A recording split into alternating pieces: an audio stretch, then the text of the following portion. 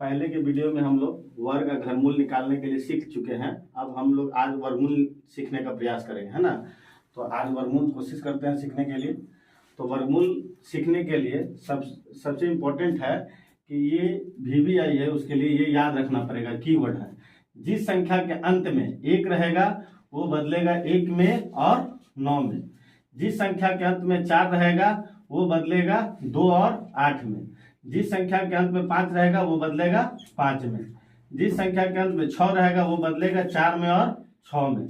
जिस संख्या के अंत में 9 रहेगा वो बदलेगा 3 और 7 में। जैसे इसके पहले के वीडियो में हम लोग पढ़े थे, घनमूल में 2 8 में बदलता है, 8 2 में, और 3 7 में, और 7 3 में, बाकी अंक वही का वही रहता है।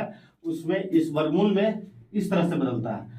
और जिस घनमूल में जिसका बदलता है वो जिस संख्या का अंत में 2 8 3 7 रहता है उसमें वर्गमूल इसमें नहीं निकाला जा सकता, जो हम लिख दिए हैं।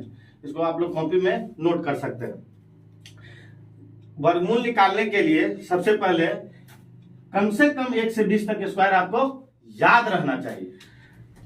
जैसे 1 का स्क्वायर 1, 2 का स्क्वायर 4, 3 का स्क्वायर 9, 4 का स्क्वायर 16, 5 का स्क्वायर 25, 6 का स्क्वायर 36, 7 का स्क्वायर 49, 8 का स्क्वायर 64, 9 81, 10 का स्क्वायर 100, 11 का स्क्वायर 121, 12 का स्क्वायर 144, 13 का स्क्वायर 169, 14 का स्क्वायर 196, 15 225, 16 256, 17 289, 18 324, 19 361, 20 400। अगर कहने का मतलब है 50 तक याद हो जाता है, तो धीरे धीरे आप लोग याद हो जाएगा। जैसे 21 441, 22 484, 23 529, 24 576, 25 625, 26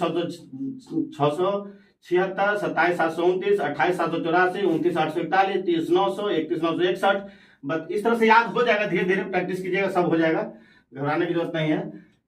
ये सब याद होने के बाद समझना ये है कि इसमें समझने की कोशिश करना है कि वर्गमूल क्यों कम या ज्यादा होता है। जैसे 100 का वर्गमूल हम लोग बचपन में रटे हुए हैं। 100 का वर्गमूल क्या होता है? 10 होता है।